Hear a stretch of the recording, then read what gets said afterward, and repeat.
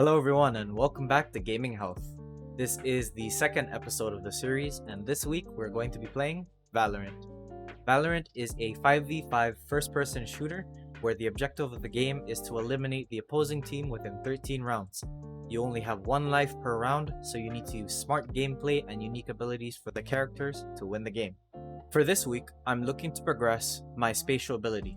Spatial ability involves understanding the outside world, as well as processing outside information and reasoning with it through a representation in the mind.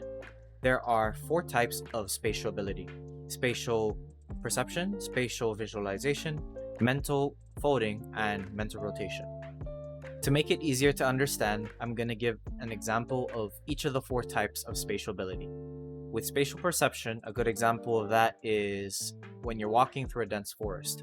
You use spatial perception and awareness to kind of gauge the distance between you and the trees, and if you see a light in the distance, so you pinpoint your location of where you're at in the forest. With spatial visualization, a good example of that is if an engineer is looking at a machine, he's visualizing how the parts within the machine are working together to make the machine actually work. With mental rotation, a good example of that is playing with a Rubik's Cube. When the dials turn and the patterns change, it's being able to represent a 2D and 3D shift between the panes quickly and accurately. So all those pro Rubik's Cube solvers have very good mental rotation. And lastly, mental folding. A good example of this would be origami. You're given a 2D plane, which is a piece of paper, and then using folds and tucking those folds to make a 3D object is the process of mental folding. So the reason why I chose a first-person shooter for this week's game is because several experiments have shown that playing action games actually induce changes in sensory, perceptual, and attentional abilities that are important in tasks for spatial cognition. And if you're interested in learning more about video games and spatial cognition, I put a link in the description that will bring you to an article made by the University of Toronto regarding the topic. But without further ado, let's move on to the first session. This was my first game playing Valorant in a really long time, so I had to kind of warm up. Stand in my way. Let's play Breach. Spike down mid. Oh, she walked all the way For around. you.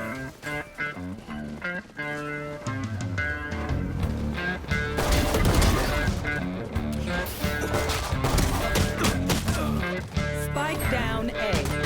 Let's go. We got the clip. We got the clip. Flash out! One enemy. Oh man. Spike planted. Oh man. Ah, she's offing.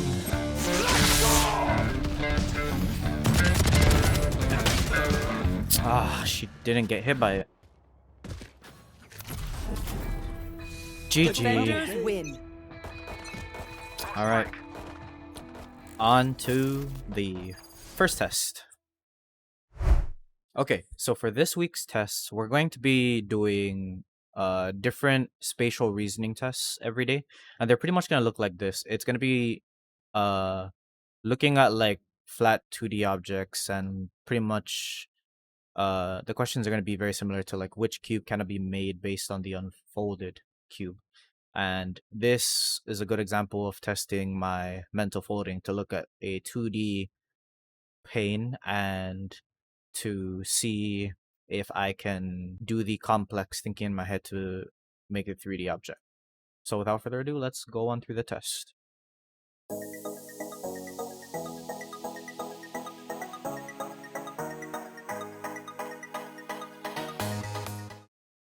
Okay, so we got a 50%. Not that good. But this is pretty much the start. And I'm not gonna say that the test results are like because of the results of that first game, but I'm looking for any sort of improvement. So I'll see you guys tomorrow. Okay, today is the second day and we are playing on the map Bind. This game was a lot better than yesterday's game, so I hope you enjoy the montage.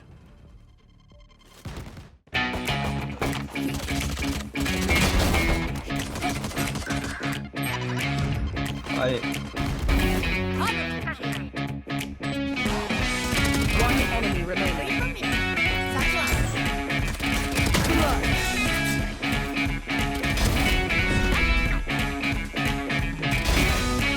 One enemy remaining. 10 seconds left.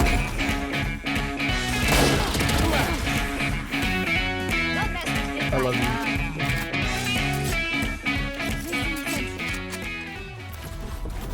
Let's Defenders go. win. GG's. Did really well this game. Like, way better than the first one. So I'll see you guys on the second test. This one is going to consist of 12 questions. And I believe there's a time limit for this one of 40 seconds for each question. So let's get started.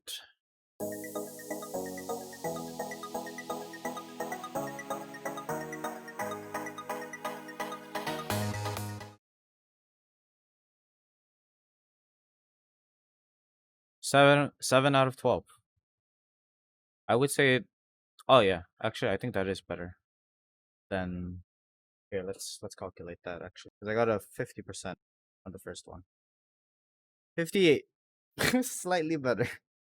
Slightly better. I'll see you guys tomorrow for the third day. Alright, day 3. Let's go. Sorry to butt in, but this is gonna be another bad game.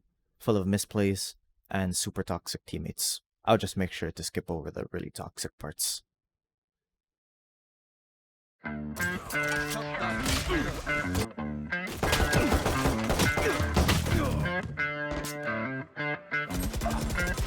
Last player standing. Dang. Spike down B. Jeez. Last player standing. Crap. One enemy remaining. Oh, I whiffed. Defenders win.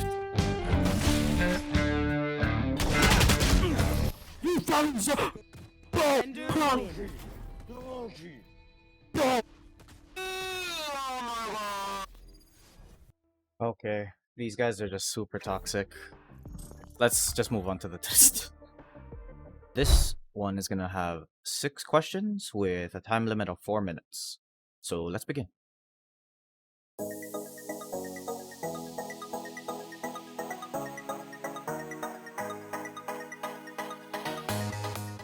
Okay, let's see what I got.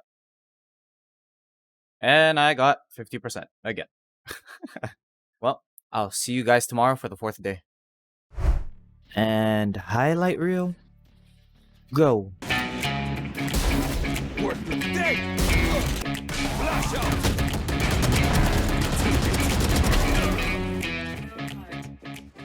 I didn't know that I had my mic muted this whole Defenders game, win. so let's just move on to the next test. This is 10 questions, 15 minutes. Let's go.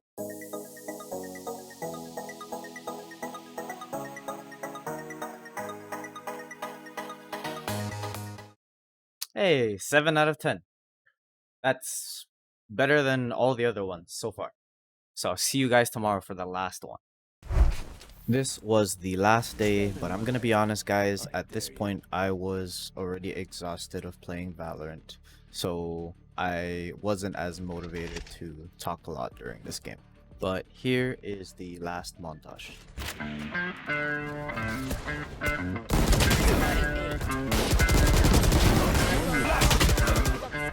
Flash out. Last player standing. Oh man. Last player standing. Spike down B. Got you.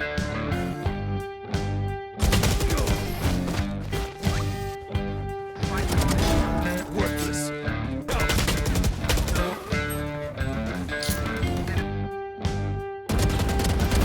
Too late. Dead.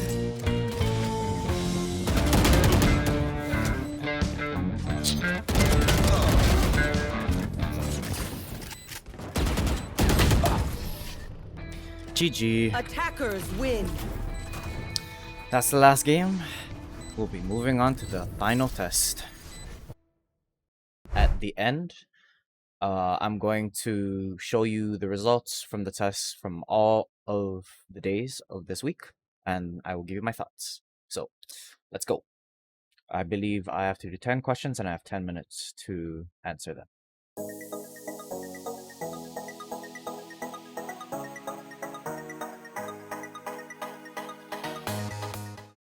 All right, let's see how I did. 4 out of 10. That's crazy. All right, well, let's review everything.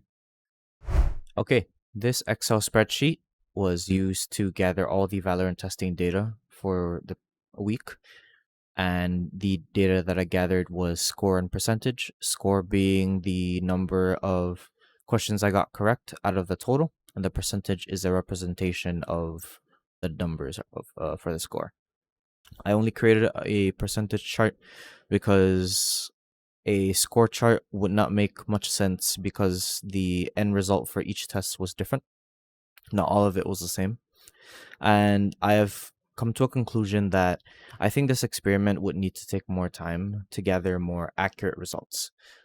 Because I feel like the inconsistency in the number of questions that I was given per day and also the time limit was different, the results were not as accurate as they could have been. And it isn't enough information for me to give an educated decision on. But overall, this was a really fun experiment.